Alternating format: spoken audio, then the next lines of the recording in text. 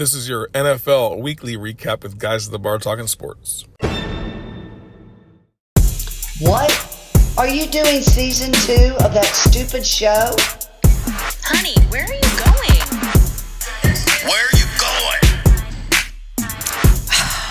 Again? Just where are you going? Where are you going? You're not going to the bar again, are you? You like hanging out, drinking beer at the bar, talking sports? Come on out and join us weekly. Guys at the Bar talking sports, your podcast for just that. Hanging out, drinking some beer, talking sports.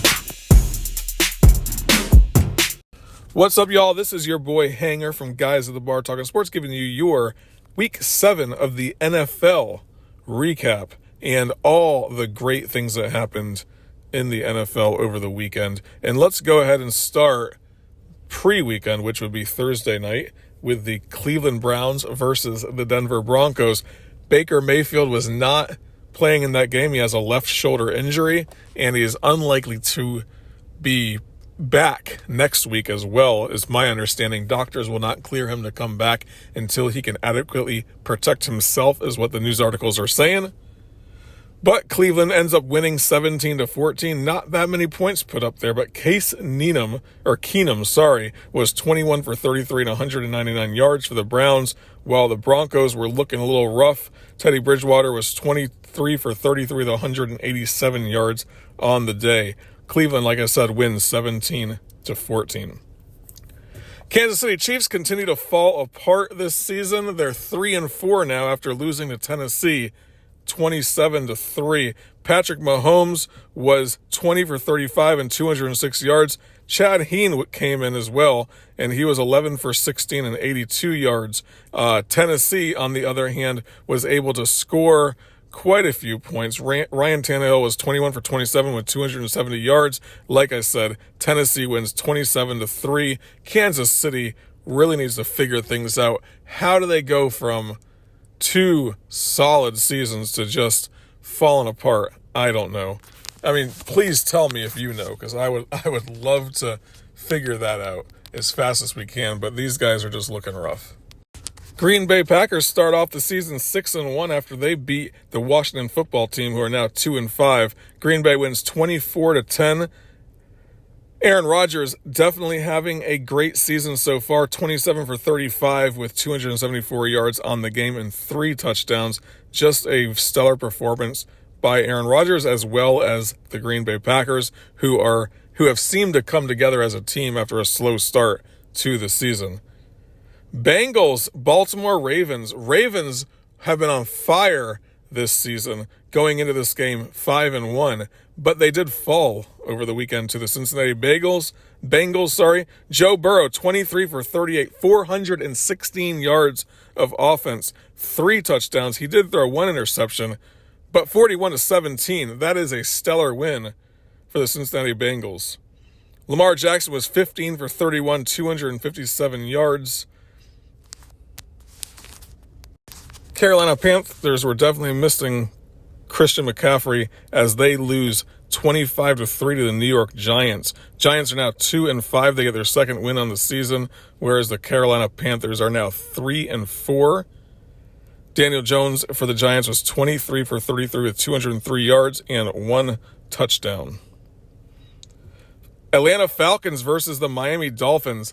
Miami, like I said, I said it last week, probably the worst team in the NFL. I mean, that's the standard bearer that they've been holding for a long time down there in Miami. Falcons win 30-28 in this game. Matt Ryan was 25 for 40 with 336 yards and 2 touchdowns with 1 interception for the Falcons, whereas Tua Tagovailoa was 32 for 40, 291 yards. Nice to see him back out there playing, though, and the Dolphins were probably able to score more points in this one game than they'd scored in the last several games as well, under Tua's rules. So anyway, that definitely a close matchup, but the Falcons win.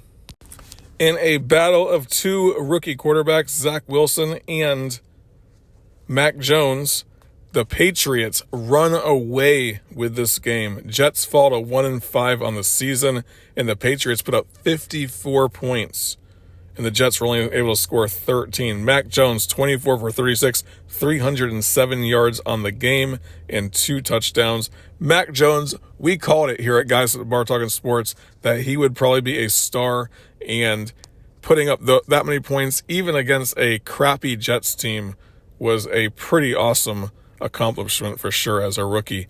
Las Vegas Raiders go to 5-2 after beating the Philadelphia Eagles, who are 2-5, mirroring their record. Las Vegas Raiders 33. Philly scored 22 points in this loss.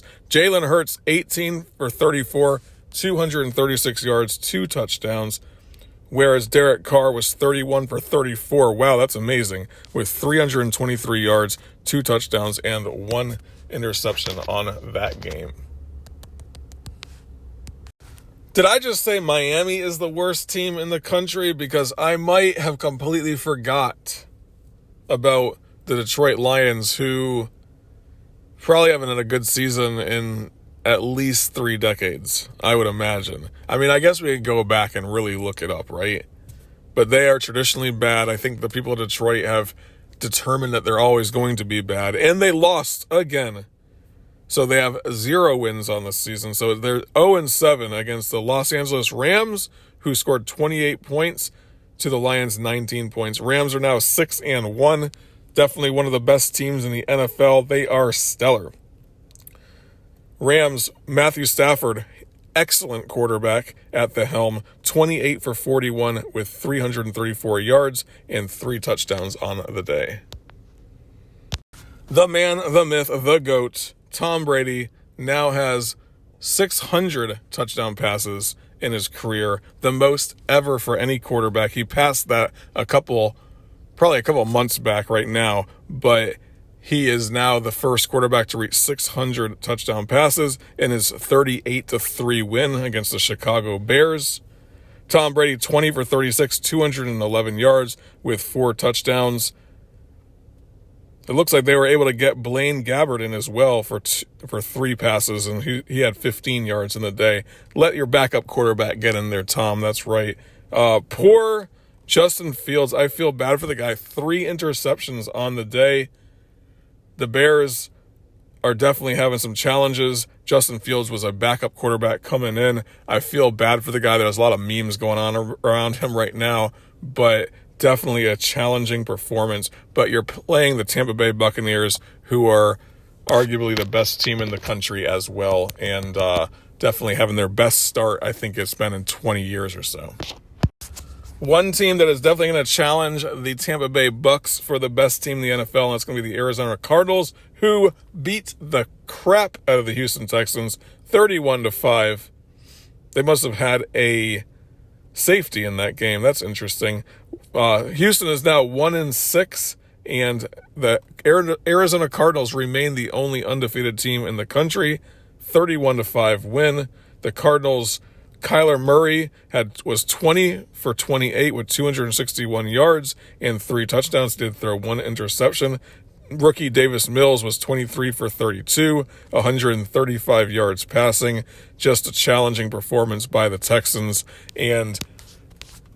But you know what? When you're looking at the Cardinals, phenomenal team. A lot's going on with that team this year, and keep an eye on them because they might be a Super Bowl contender for sure.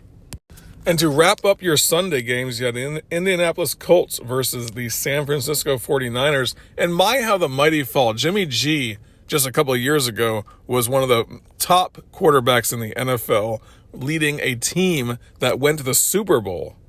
Yes, they did lose, but they went to the Super Bowl, and that was just a stellar team that season. Well, they are now 2-4 over there in San Francisco after losing to the Indianapolis Colts 30-18. Carson Wentz, 17 for 26 for the Colts, 150 yards with 2 touchdowns, whereas Jimmy G was 16 for 27, 181 yards, 1 touchdown, 2 interceptions. I think the team around Jimmy G in 2019 was a lot better than the team that is around him today. In an anticlimactic game on Monday night, you had the Saints versus the Seahawks. A very low-scoring game, but Jameis Winston was able to lead his team to victory throwing 19 for 35 and 222 yards. They are now 4-2 after winning to the Seahawks 13-10. Very unexciting Monday Night Football game. Hey guys and gals, I appreciate you listening to Guys at the Bar Talking Sports every week, putting out those 3 episodes, a couple of 10-minute quick episodes for your Sunday weekly recap of college football, and then also your Tuesday weekly recap of the NFL football.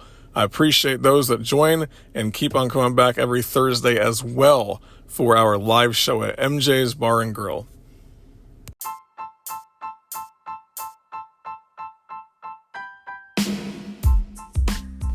I know what you're thinking. You're thinking, man, how can I help these guys out? Well, first thing you can do, subscribe to the show. By subscribing to the show, you'll be able to hear it every single week on your favorite podcatcher. Second thing you do, if your podcatcher lets you do it, give it a review and 5 stars. I know Apple Podcasts will allow you to do that. So give it 5 stars and a review. And then the third thing you do is hop on Facebook, type in Guys at the Bar Talking Sports. You'll see our group there. Join it. You'll love it. Best sports group on Facebook, guaranteed. Lots of good stuff going on in there, so check it out. And then come back next week for Guys at the Bar Talking Sports.